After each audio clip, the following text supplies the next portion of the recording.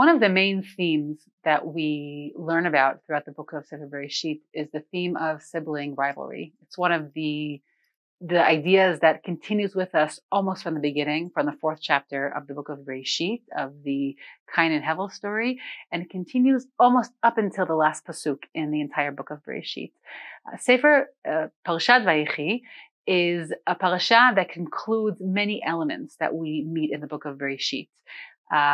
We have stories like Shechem, where we only hear the end, or Yaakov's reaction and the blessings he gives to his sons. But the plot line or the theme of sibling rivalry really receives a very powerful, I think, ending or development in Parashat Vayechi. And it happens after Yaakov dies in the last chapter of the book of Bereshit. And the brothers send a message to Yosef. And I always think about it kind of like sending a WhatsApp message, but not actually calling the person on the phone.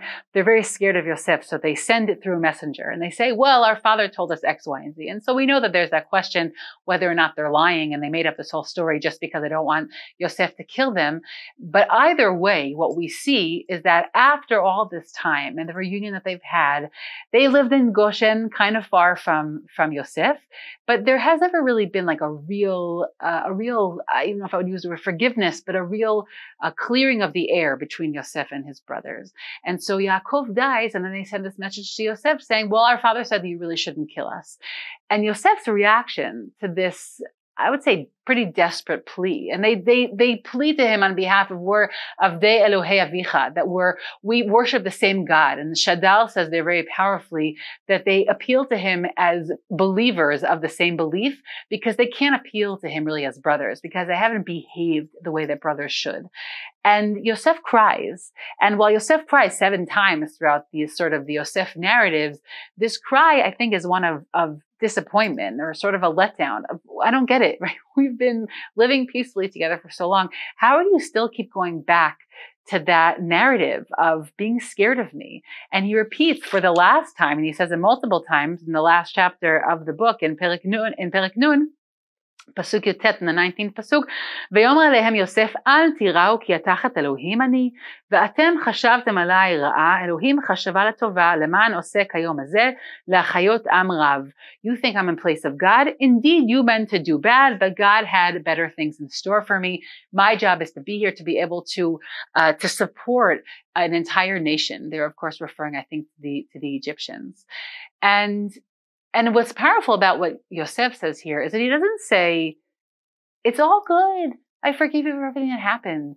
Yosef doesn't really go down that route. It's a question of whether or not that was even something that they really did in biblical times, forgiveness in the way we speak about it today. But Yosef says, you meant really, really bad. You had terrible intentions. But in the end, you're not in control, and God meant for things to be better. And I think that what's powerful about this moment is that for the final time, Yosef has his brothers literally and figuratively down on their knees, begging him for their lives. And while Yosef could have chosen, the way he does earlier before he reveals himself, to take total advantage of his brothers, he doesn't choose to do that. He says, what are you saying? I have nothing. This is not about me. God is in control of the situation. And I think that in this moment, Yosef really repairs the break with his siblings. And he says, it has nothing to do with respect for my father.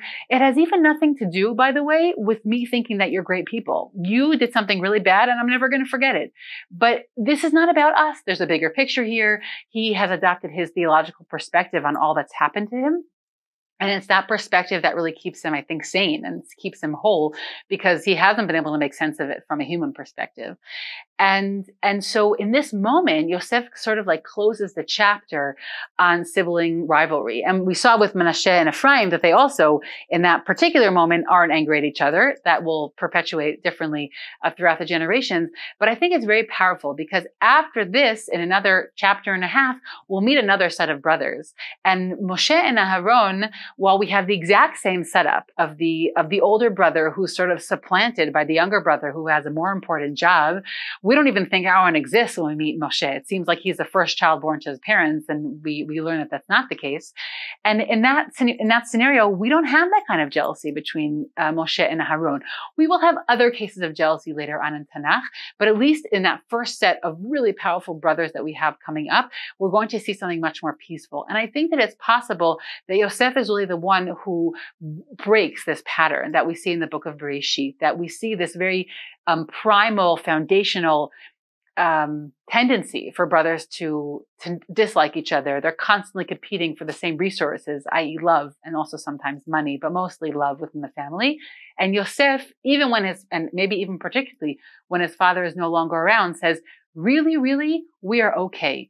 And because he does that with his brothers, I think we're able to see the next set of brothers really operate with much more love and respect, perhaps very much because of what Yosef says to his brothers.